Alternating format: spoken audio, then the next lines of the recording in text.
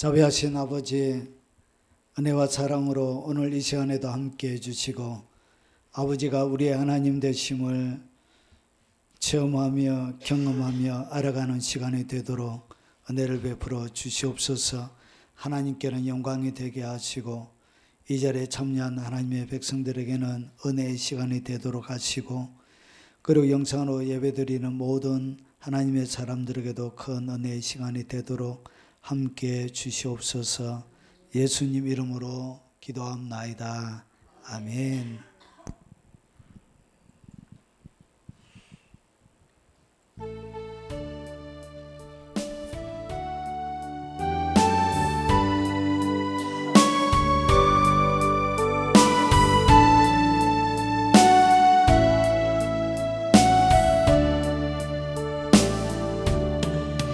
내가 그리스도와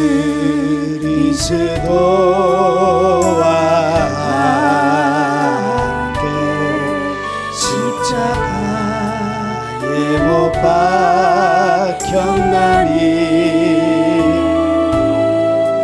그런즉 이제 내가 산 것 아니요 오직 내 안에 예수께서 사신 것이라. 이제 내가 육체 가운데 사는 것은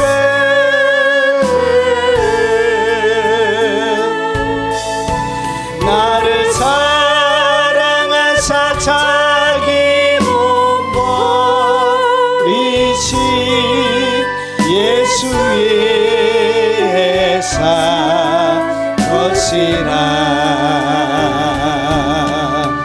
내가 그리스도와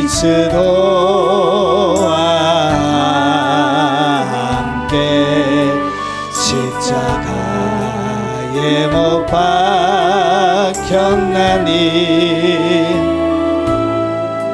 그런즉 이제 내가 산 것 아니요 오직 내 안에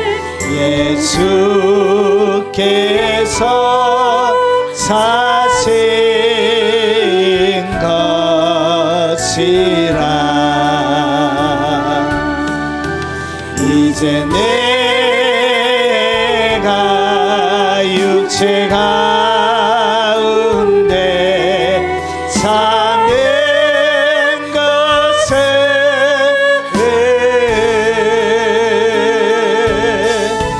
나를 사랑하사 자기 몸 버리신 예수 위에 산 것이라. 내가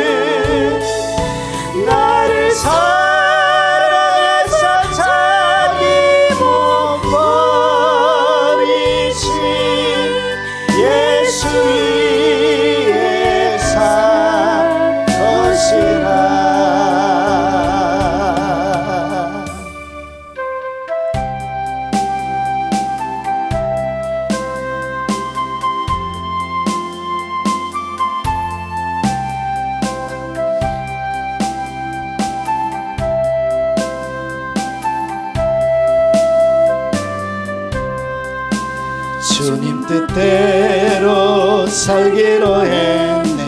주님 뜻대로 살기로 했네. 주님 뜻대로 살기로 했네. 뒤돌아서지 않겠네. 주님 뜻대로 살기로 했네. 주님 뜻대로 살기로 했네. 주님 뜻대로 살기로 했네. 뒤돌아서지 않겠네. 이 세상 사람 날 몰라줘도, 이 세상 사람 날 몰라줘도, 이 세상 사람 날 몰라줘도 뒤돌아서지 않겠네. 세상 등지고 십자가 보내. 세상 등지고 십자가 보내. 세상 등지고 십자가 보내. 뒤돌아서지 않겠네. 이 세상 사람 날 몰라줘도, 이 세상 사람 날 몰라줘도, 이 세상 사람 날 몰라줘도 뒤돌아서지 않겠네. 이 세상 사람 날 몰라줘도, 이 세상 사람 날 몰라줘도, 이 세상 사람 날 몰라줘도 뒤돌아서지 않겠네. 세상 등지고 십자가 보내. 세상 등지고 십자가 보내. 세상 등지고 십자가 보내. 뒤돌아서지 않겠네. 세상 등지고 십자가 보내. 세상 등지고 십자가 보내. 세상 등지고 십자가 보내. 뒤돌아서지 않겠네.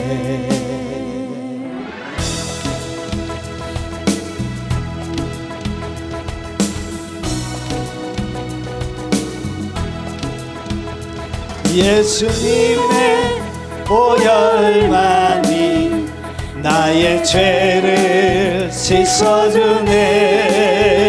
흠도 없고 흠도 없는 어린 양의 보혈만이. 예수님의 이름만이 모든 권세 이기셨네.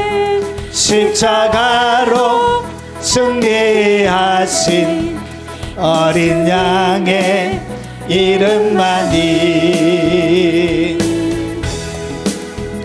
할렐루야 찬양하세. 내 지은 죄 사함받고 주 예수님과 동행하니 그 어디나 하늘나라. 예수님의 보혈만이 나의 죄를 씻어주네. 점도 없고 흠도 없는 어린 양의 보혈만이. 예수님의 이름만이 모든 권세 이기셨네. 십자가로 승리하신 어유님의 이름만이. 할렐루야 찬양하세. 내 지은 죄 사함받고 주 예수님과 동행하니 그 어디나 하늘나라. 그 어디나 하늘나라. 하늘나라 그 어디나 하늘나라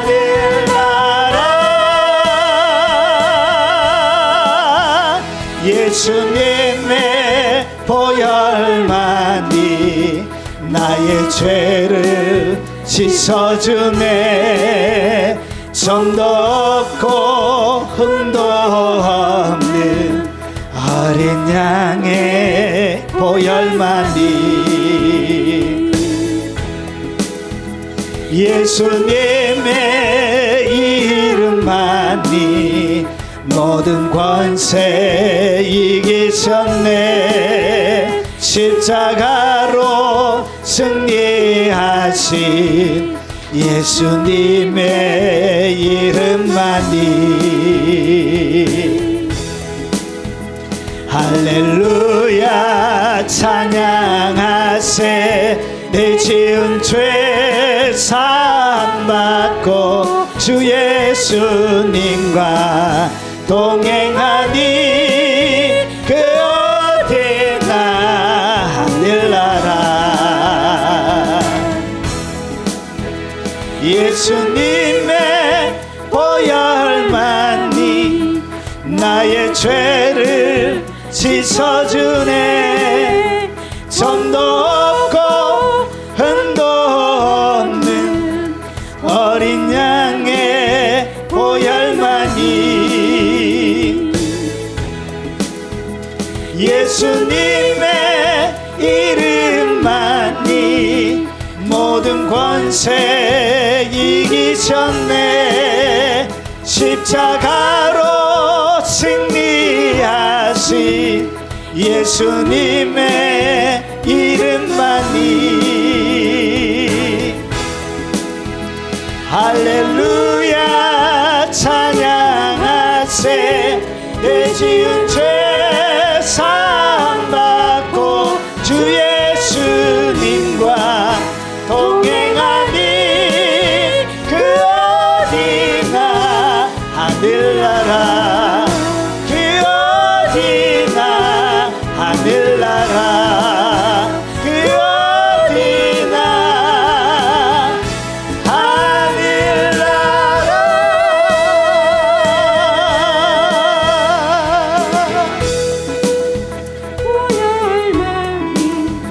나의 죄를 씻어주네 점도 없고 흠도 없는 어린 양의 보혈만이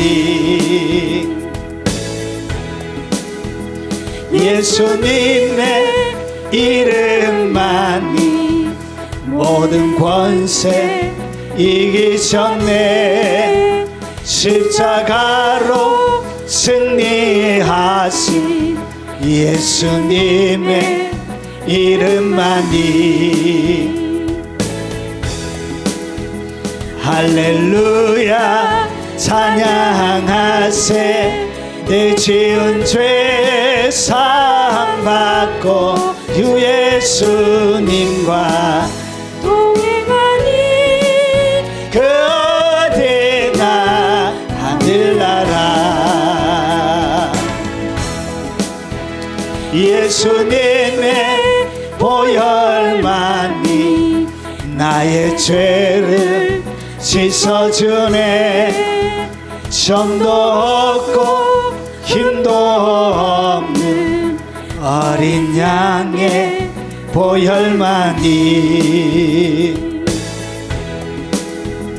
예수님의 이름만이 모든 권세 이기셨네 십자가로 승리하신 예수님의 이름만이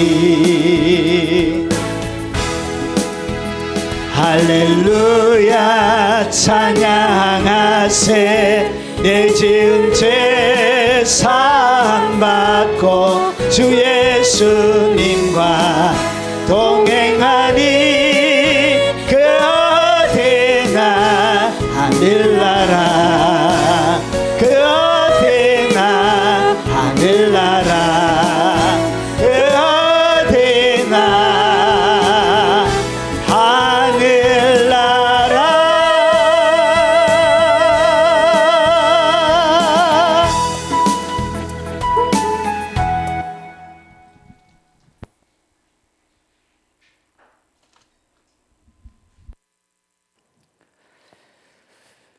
자, 하나님의 말씀을 같이 살펴보도록 하겠습니다. 신비하고 영적인 체험과 넘어지게 하는 유혹, 그리고 부제로 히브리 원어로 살펴보는 7개 하늘에 대해서 한번 살펴보도록 하겠습니다. 이 설교는 소신자용의 설교는 아닙니다. 영적인 최고봉에 상중하로 나누면 상에 해당되어지는 말씀입니다. 그래서 초신자들은 아마 이 말씀이 여러분들에게 다가오지 않을 것입니다. 그래서 시청 안 하셔도 됩니다.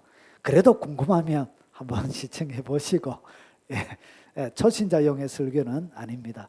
여러분이 신비하고 놀라운 영적인 체험을 딱 하게 되어지면 거기에 반드시 여러분을 넘어지게 하는 유혹이 따라옵니다. 그 유혹에 대해서 집중적으로 한번 살펴보도록 하겠습니다. 자, 고린도후서 12장 1절부터 4절 말씀입니다. 자, 4절만 같이 읽겠습니다. 오늘 설교는 12장 전반에 걸쳐서 제가 고린도후서 12장 전반에 걸쳐서 여러 구절들을 발췌해서 설교를 할 것입니다. 4절만 같이 읽어보겠습니다. 그가 낙원으로 이끌려 가서 말로 표현할 수 없는 말을 들었으니 사람이 가히 이르지 못할 말이로다. 아멘. 자, 바울이 경험한 자기의 경험을 다른 3자의 이야기를 하는 것처럼 해서 바울이 이렇게 자기가 표현합니다. 11장 앞에서부터 보면 여러분, 바울은 예수님의 사도라고 아니라고, 예수님의 그 사도성에 대해서 바울은 끊임없이 사역의 일생에 거쳐서 네가 무슨 예수님의 사도냐, 예수님의 12제자도만 사도지, 너는 예수님과 같이 안 다닌다 왜 사도라 부르냐, 이렇게 하면서 끊임없이 바울은 공격을 당했습니다. 그래서 수많은 사람들이 그 사도성에 대해서 갈라디아서도 마찬가지고 사도성에 대해서 끊임없이 의문을 제기하고 너 사도가 아니다 이렇게 막 이렇게 반대 공격을 많이 합니다. 그러면서 수많은 자랑들을 해요. 그래서 자기를 정령하기 위해서 자기가 어떤 자인지를, 그러니까 설명하기 위해서, 자랑 삼아 한 것이 아니고 설명하기 위해서 자기의 수많은 이렇게 자랑 경험들을 이야기하면서 고린도후서 12장에 천상의 경험까지 그가 얘기하게 되는 거예요. 자, 그러면 한번 보겠습니다. 고린도후서 12장 1절에 보면 무익하나마, 오늘 영적인 경험이 오늘 여기에서 보면 무익하나마, 이게 무익할 수도 있다는 것이죠. 왜 그러냐? 이것 때문에 사람들이 많이 넘어져요. 이 놀랍고 신비한 영적인 경험들 때문에 사람들이 이단에 빠지고, 그리고 이단의 괴수가 되어지고, 이 신비한 체험들 때문에 그것이 잘못되었는지도 알고 떠나지를 못하는 거예요. 왜냐? 혹시나 이게 맞으면 낭패날까 싶어가지고 이런 영적인 경험들을 사람으로 하여금 속박하게 만드는 그런 일들도 있습니다. 그렇지만 바울이 자기를 설명하기 위해서 이렇게 얘기합니다. 무익하나마 내가 부득불 자랑하노니, 그러니까 자랑하고 싶은 마음이 없는데 자기도 이런 경험이 있다는 거예요. 자기도 누구 못지않게 영적인 세계에 대하여 실제로 할 말이 많이 있다는 것이죠. 그러면서 부득불 자랑하노니 주의 환상과 계시를 말하리라. 그러면서 이렇게 이야기합니다. 내가 그리스도 안에 있는 한 사람을 아노니, 누굴 얘기해요? 자기 자신이 이야기하는 거예요. 내가 이렇게 했다고 얘기하지 않고. 여러분, 진짜 신비한 경험을 한 사람들은 자기가 직접 경험해도 이질처럼 이렇게 이야기합니다. 내가 그리스도 안에서 한 사람을 아는데, 그러니까 자기라 얘기하지 않고 뭐 하더라고요? 자기를 자기가 행여나 드러나는 것을 감추기 위해서 내가 그리스도 안에 한 사람 안다. 그러면서 아노니 그는 14년 전에 셋째 하늘에 이끌려 간 자라. 셋째 하늘, 유대인들은 뒤에 보면 제가 한번 더 설명하겠습니다. 셋째 하늘 기억해 두세요. 자, 그가 몸 안에 있었는지 몸 밖에 있었는지 나는 모르거니와 하나님은 아시느니라. 그러니까 이 셋째 하늘에 이끌려가서 천국을 그가 직접 본 거예요.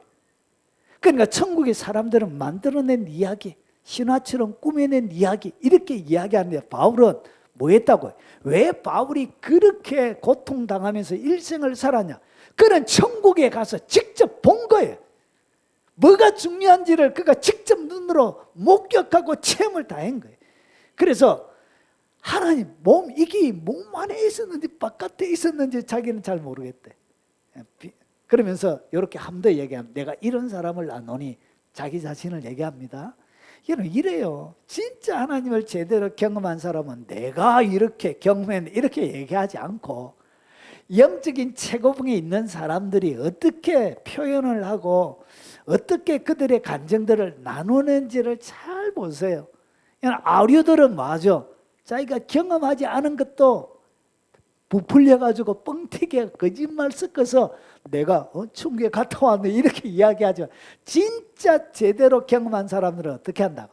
자기를 감추고 그리스도 안에 내가 한 사람 안다. 그러면서 자기의 경험을 그 사람에 빌어서 이야기하는 거예요. 이것은 거짓말 하는 게 아니고 진짜 자기를 알잖아요. 그리스도 안에 자기 자신이니까. 그래서 보십시오. 그가 몸 안에 있었는지 몸 밖에 있었는지 나는 모르거니와 하나님은 아시느냐. 이것이 뭐냐면 몸을 떠나서 영만 간 거예요. 영만. 육체와 같이 간 것이 아니고. 자, 그래서 그가 간 셋째 하늘을 갖다가 뭐라 부르고 있죠? 낙원으로 부르고 있습니다. 그래서 셋째 하늘 낙원. 여러분 원래 이 낙원은 예수님이 오시기 전에는 이 낙원이 어디에 있었죠? 지옥 한 기토문이에요.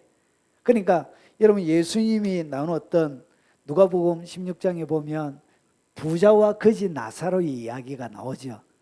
부자가 죽어서 어디 갔죠? 지옥에 갔죠. 지옥에. 그런데 지옥에서 보니까 거기에 구름텅이 하나 있고 그 위에 아브라함의 품에 안겨있는 누구를 봤죠? 거지 나사로를 본 거예요.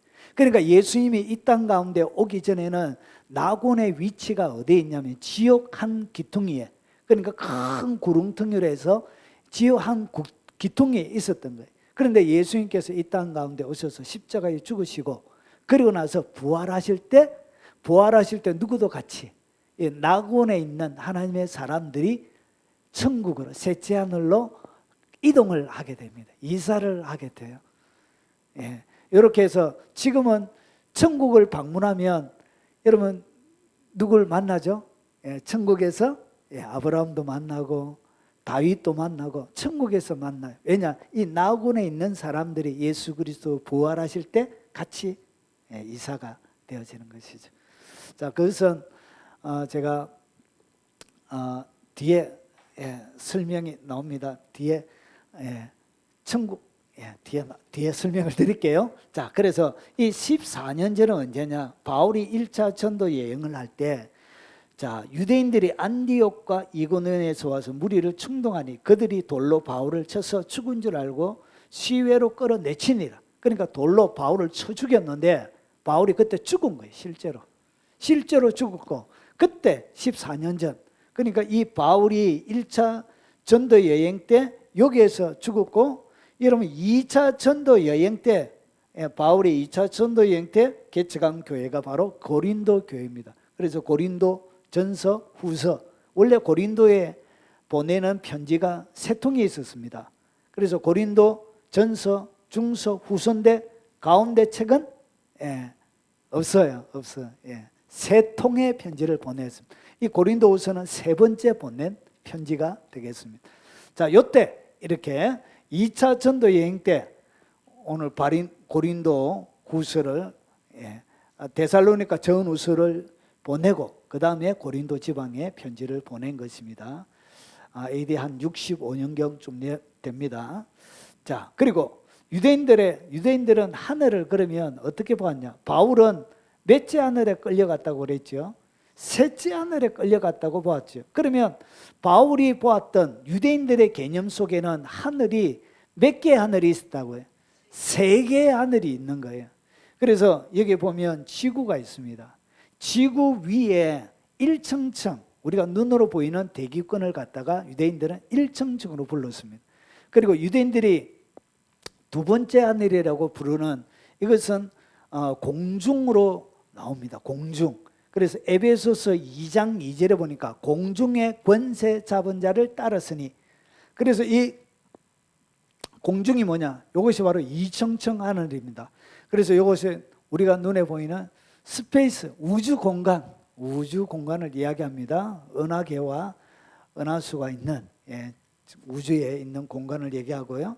그리고 셋째 하늘, 삼청청 하늘을 갖다가 셋째 하늘, 천국, 그리고 새 예루살렘, 지금으로 비하면 낙원에 이끌려 갔다고 바울이 그러죠. 그래서 낙원, 똑같은 말입니다.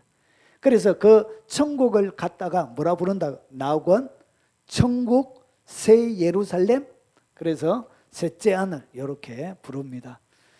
자, 요 셋째 하늘이 예수님 셋째 하늘이 천년왕국이 끝나고 나서 어디에 내려와죠? 새 예루살렘이 지구 위에 내려옵니다. 이렇게 해서 세상의 마지막은 끝이 나게 되어집니다.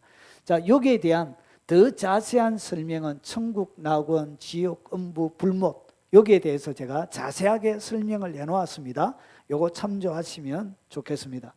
자, 그러면 유대인들은 크게 하늘을 이렇게 세 개로 보았는데, 이런 히브리어에는 이 하늘을 이야기하는 단어가 다 다르게 나옵니다. 그래서 총 몇 개가 나오냐? 7개의 하늘로 히브리 단어를 설명을 하고 있습니다.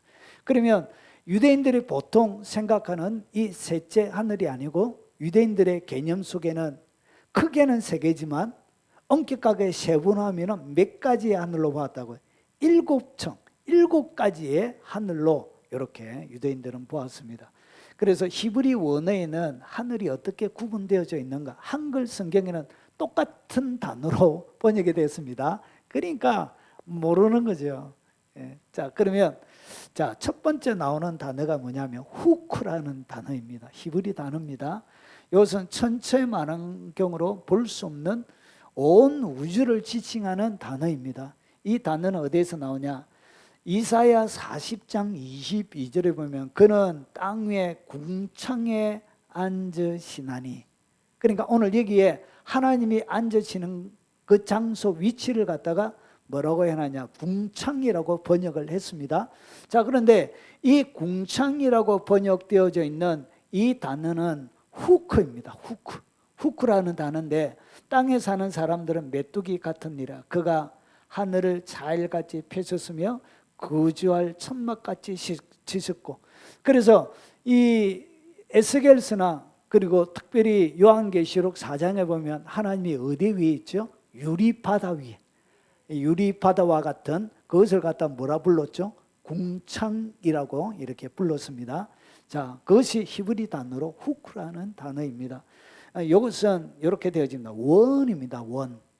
원래 이 단어의 뜻이 원두르다, 둘레라는 그런 단어를 가지고 있습니다. 원순환, 경계, 창공 이렇게 되어지는데, 이 단어는 그렇게 많이 사용이 안 되어졌습니다. 특별히 빈도수가 작은 단어인데 딱 3에 나오며, 특별히 둥근 하늘 그리고 궁창 이렇게 세 번만 딱 되어져 있습니다. 그래서 하늘, 하나님이 계시는 그곳을 갖다가 둥근 하늘 이렇게 되어져 있습니다.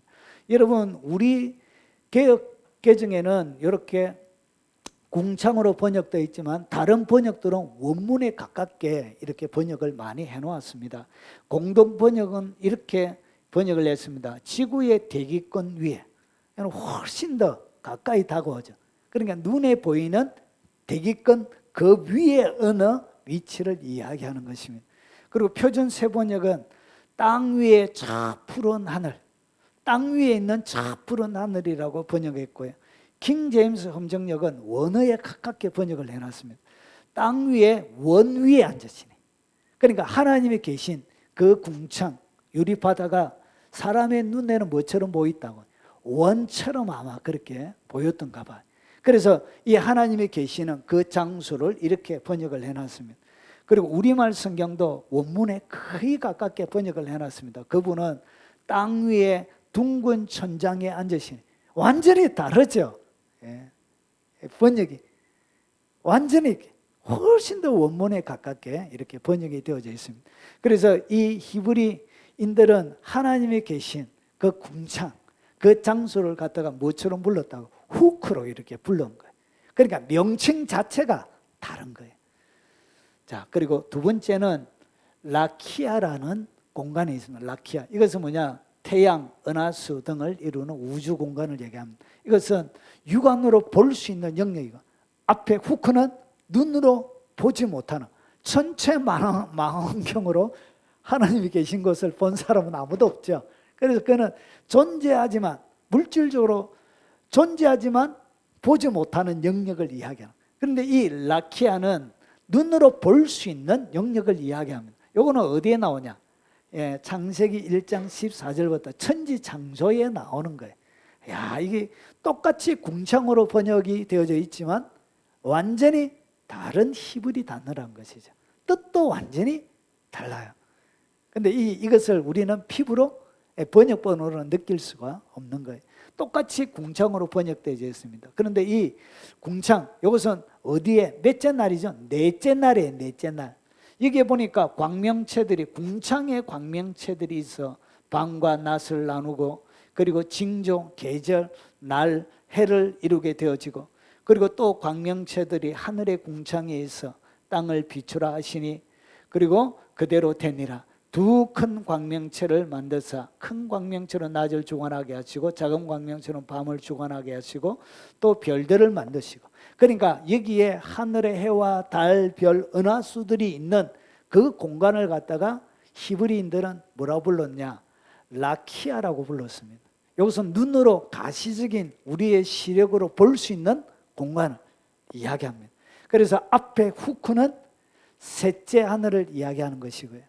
오늘 여기서 얘기하는 라키아가 우리가 이야기하는 공간, 공중을 이야기하는 것입니다. 공중. 자, 이것은 라키아인데 넓게 펴진 곳을 이야기합니다. 그래서 우주 공간이 굉장히 넓게 펴져 있죠. 그래서 원뜻이 그래. 그래서 궁창이라고 이렇게 부릅니다. 이것은 외경상 보이는 하늘의 반은형. 사람의 눈으로 보일 때는 뭐처럼 반은형으로 이렇게 보이는 것이죠. 그래서 광대한 표면, 넓은 공간, 하늘, 창공 이렇게 번역이 됩니다. 히브리 뜻이 그래요. 이렇게 우리는 번역이 되어져 있지는 않습니다. 원래 히브리인들의 그 뜻이 이렇게. 그래서 우주는 아주 무수하게 넓은 50억 광년 반지름이 계속 이게 커지고 있죠. 천체 과학자들이 이 우주의 크기가 점점 더 커져요. 빛의 빠르기로 50억 년을 가야 반지름을 간대. 50억 년, 1년도 아니고 100년도 아니고 50억 년을 가야. 얼마나 이 우주가 큰지 우리가 미로 짐작할 수 있습니다. 계속 커져요. 이 우주 과학자들이 제임스 망원경을 통해서 더 보니까 이 더 큰 거예요. 우주가 자기들이 계산했던 것보다 엄청나게 넓은 그 공중을 이야기합니다. 자, 그리고 세 번째로 사크라는 단어가 있습니다. 대기층을 이야기하는 대기층. 우리가 1층층이라고 이야기하는 그 공간이 바로 사크입니다. 이것은 뭐냐면, 그러나 그가 그 위에 궁창을 명령하시며, 여러분 앞에도 첫 번째, 두 번째, 세 번째도 다 똑같이 히브리 단어가 다른데도 뭐라고 번역해 놨다고요? 궁창으로 번역해 놓은 거예요. 그런데 이것은 차이가 엄청나게 많이 나는 단어예요. 그래서 이 궁창에서 하늘문을 여시고, 그러니까 대기권에서 하늘문을 여시고 그들에게 만나를 비같이 내려 먹이시며 하늘 양식을 그들에게 주셨나니, 이 대기층에서 뭐가 머물러요? 구름 이런 것들이, 구름이 만들어지고 비가 내리고 이렇게 하는 거예요. 그래서 이것이 바로 1층층 이야기하는 대기층 사크를 이야기합니다. 자, 이 사크가 뭐냐? 원래 원어의 뜻은 작게 부서진이라는 그런 단어를 원래 본 뜻이 그래. 그래, 가루, 유추적으로 희박한 수증기 이런 공중으로 올라가면, 유대인들이 비행기도 안 타고 봤는데 그렇게 잘 아는가 봐요. 우리가 3,000m, 4,000m 산 위에 올라가면 고산증이라고 있죠. 위로 올라가면 왜 고산증이 생기냐? 산소가 작으니까 고산증이 생기는 거예요. 위로 올라가면 올라갈수록 뭐가 없어요? 산소가 작아지죠. 여러분, 그래서 그 어느 정도 위치 가면 거기에 방사능도 많이 있죠. 그래서 파일럿, 그리고 여러분 그 스튜디스 이런 사람들이 이 방사능에 어떠한 직업보다 노출이 많이 되어집니다. 그래서 질병들에 많이 걸려요. 예, 그렇게 좋은 직업은, 건강한 직업은 아니에요. 그게 좀 위험한 직업이에요. 방사선에 엄청 노출돼요. 그 위에 가면 방사선도 굉장히 많이 있습니다. 예, 과학적인 데이터를 가지고 제가 말씀드리는 겁니다. 자, 그래서 수증기, 연료된 의미, 그런 궁창으로 번역이 돼요. 이것은 먼지, 구름, 미세한 먼지 이렇게 되었어요. 자, 여기 다른 번역본에는 자, 당신은 하늘의 구름에게 명령하시오. 이 구름이 여기 사크입니다. 사크. 하늘을 이야기하는 것이죠. 자, 하나님은 위의 하늘, 눈의 위의 하늘이라 번역했고, 위로부터 구름들, 높이 있는 구름, 위로부터 구름. 그래서 구름이 뭐처럼 되어져 있다? 잔잔한 알갱이 가루처럼. 뭐의 가루죠? 수증기. 물의 H2의 가루처럼 막 뭉쳐져서 이렇게 되냐. 얼마나 과학적인지 몰라요. 너무나 과학적인, 히브리 단어가 그래요. 굉장히 과학적인 데이터를 가지고 마치 어떻게 이렇게 잘 알았을까. 그래서 그것을 뭐처럼 가루라는 이런 단어로 하늘을 설명하고 있는, 이것이 우리가 이야기하는 일층층 하늘을 이야기하는 거예요.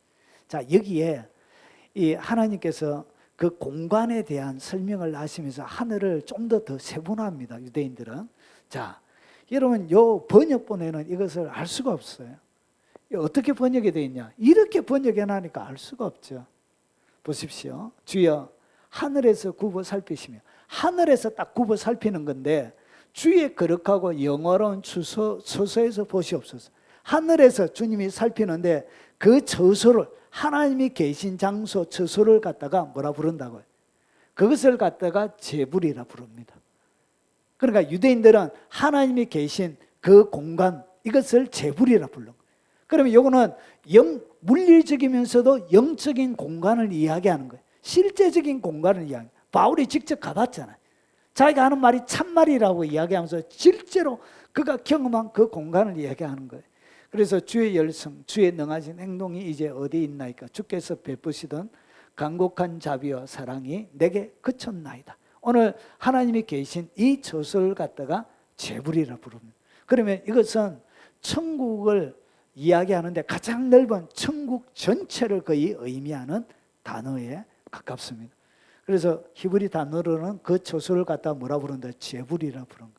그래서 이것은 다른 공간에, 이 하늘의 공간들 중에도 하나님이 특별한 다른 공간으로, 우리가 마치 집에 들어가면 안방이 있고 작은 방이 있고 건너방이 있고 서재가 있고 그리고 침실이 있고 욕실이 있고 거실이 있고 이렇게 각각 공간을 다르게 부른 것과 똑같이 하늘에 계신 하나님의 이 공간을 4개의 다양한 단어로 그 공간을 다르게 부르고 있습니다. 마치 안방, 건너방, 작은 방 하는 것처럼 다르게 천국이라는 이 공간을 다르게 부르고 있는 것입니다. 자, 이 제불이라는 단어는 주택, 거주하다, 거주함, 거주지 그런 뜻을 가지고 있는 그런 단어입니다. 그런데 이 제불은 두 구절에서 뭐와 연결시켜져 설명이 되어 있냐? 하늘이라는 하나님이 계신 그 곳을 가지고 이렇게 구분해서 설명합니다. 이것이 이사야 63장 15절을 이야기하고, 그리고 하박국 3장 11절에도 해, 달이 하늘에서 갈로 그의 처소에서 이렇게 여호수아에서 나오는 하늘의 해와 달이 아옐로 골짜기 위에 머무르는 그 사건을 이야기합니다. 멈췄던 여호수아의 긴 날을 언급하고 있다. 주의 날에는 살의 빛과 주의 반짝이는 창의 광채로 인하여 해, 달이 그 처소에서 멈춰 있나이다. 이렇게 하나님이 계신 그 공간을 갖다가 뭐라 불렀다고요? 제불이라고 이렇게 하나님이 계신 곳을 설명합니다. 그리고 이것이 4번째 하늘의 공간을 이야기합니다. 그리고 5번째 공간, 이 마운이라고 부릅니다. 이 마운은 하나님을 섬기는 천사들이 밤새 노래하며 머무는 곳인데, 보십시오. 원하건대 주의 거룩한 처소에서, 여러분 이상하게 앞에도 처소로 되어져 있고 뒤에도 처소로 번역이 되어져 있지만 히브리 원문에는 이 단어가 전혀 관계가 없는 다른 단어를 쓰고 있다는 것이죠. 그래서 이 공간 자체가 다른 거예요. 그러면서 이 처소에 붙어 있는 뒤에 설명이 앞의 내용과 달라요. 그래서 이 처소에 오늘 여기서 거룩한 처소라고 부르는 여기에는 뭐가 붙어 있냐? 주의 백성 이스라엘에게 복을 주시며. 그러니까 이 거룩한 처소에서 뭐가 내려진다고? 주의 백성 이스라엘에게 복이 내려지는 그 장소를 이야기하는 거예요. 그래서 우리 조상들에게 명사하여 우리에게 주신 젖과 꿀이 흐르는 땅에 복을 내리소. 그러니까 하나님의 복이 내려질 때 집행되는 장소가 어디라고요? 그것이 바로 오늘 여기서 이야기하는 마온인 것이에요. 마치 우리가 대통령이 가면 대통령의 침실이 있고, 그리고 집무실이 있고, 그리고 외빈 귀빈들이 오면 나누는 차를 나누는 그런 사랑방이 있고, 그런 것과 똑같아요. 그런데 모든 복들이 계획들이 집행되어지는 어디에서? 집무실에서 사인을 하는 것처럼 마치 하나님의 복이 내려지는 그 공간이 집행되어지는 장소를 갖다가 무엇으로 부르고 있다고요? 오늘 여기서 마온이라고 부르는 거예요. 그러니까 앞에 나오는 이 제불과 공간 자체가 전혀 다른 공간을 이야기하는 것입니다. 자, 이 마온은 거처, 거주를 의미하는 단어인데, 물론 그분이 거하니까. 우리가 청와대 하면 청와대는 누가 거했죠? 예전에 대통령이 거했잖아요. 근데 이 전체적으로 청와대 하지만 그 안에는 뭐도 있다? 화장실도 있고 옷장도 있고 집물실도 있고, 그리고 생활하는 거주 공간도 있고 다양한 공간이 있지만 그것은 전체 청와대 안에 있는 거와 똑같이, 그래서 이것도 똑같이 거주로 하지만 각각 공간 자체가 다른 공간을 이야기하는 거예요. 구약 성경에 이 단어는 19회가 나오는데, 마온은 이제 야생 동물들의 거처가 되어버린 황폐한 성읍들의 폐허를 모사하는데 사용되기도 하지만 주로 이 단어는 매우 빈번하게 여호와의 거처로 사용이 되죠. 그래서 이것이 뭐라고요? 하늘에 있는 하나님의 무슨 정확하게 알지 못하지만 하나님의 복을 집행하는 그 특별한 집무실과 같은 그런 장소임을 알 수 있는 거예요. 그래서 즉 하늘, 항상 거룩이라는 말의 수식어를 받아요. 이 마온에는 항상 앞에가 뭐가 나온다? 거룩한이라는 단어가 항상 같이 나와요. 그래서 거룩한 처소하면 여기서 뭘 얘기한다고요? 앞에 제불을 이야기하는 장소가 아니고 마온을 이야기하는, 마온에는 항상 거룩한이라는 단어가 같이 붙어서 나옵니다. 자, 이렇게 성전을 지칭하고요. 마지막으로 이 단어는 여호와를 그의 백성들의 피난처로 묘사하기도 합니다. 하나님의 피난처, 백성들의 피난처. 그러니까 피난처에서 하나님이 뭘 줘요? 젖과 꿀이 흐르는 하나님의 복을 내려주시는 그런 장소, 하나님의 특별한 집무실과 같은 그런 장소를 이야기하는 거예요. 여기서 뭐 한다고요? 하나님의 천사들이 밤새 노래하며, 그래서 낮에는 여호와께서 그의 인자심을 베푸시고, 인자심을 베푸는 장소를 이야기하는 거예요. 그리고 밤에는 그의 찬송이 내게 있어 생명의 하나님께 기도하리로다. 여러분 그 화장실에 가가지고 뭐 예의를 갖춰가지고 예배하고 그렇게 하진 않잖아요. 여러분 그 사우실에 들어가가지고 막 이렇게 빨가벗고 싸우면서 높으신 하나님이여 경배를 받으시옵소서 이렇게 안 하잖아요. 적어도 하나님 앞에 노래하고 옷도 예의도 좀 갖춰 입고 팬티, 삼각 팬티 입고 이렇게 해가지고 위대하신 하나님이여 이러면 내가 불편하다 얘들아 이렇게 하지 않으실까요? 그래서 이런 하나님을 노래하는 특별한 그런 공간을 갖다가 뭐라 부른다고? 마온이라 부르는 거예요. 자, 여기에는 또 마콘이라는 단어가 있습니다. 여기는 여러분 주의 계신 곳이라고 이렇게 번역이 되죠. 이렇게 곳이라고 하니까 이 도대체 주님이 계신 곳이기 때문에 공간 자체가 어디죠? 하늘의 어떤 특별한 공간을 이야기하는 거예요. 이게 땅의 공간, 성전이나 이런 것을 이야기하는 것이 아니고 하늘에 있는 어떤 특별한 것을 얘기하는 거예요. 그러니까 이 하늘에 올라가 있던, 여러분 대부분이 여기서 이야기되어져 있던 것은 주로 하나님의 사람들이 경험한 하늘을 이야기하는 거예요.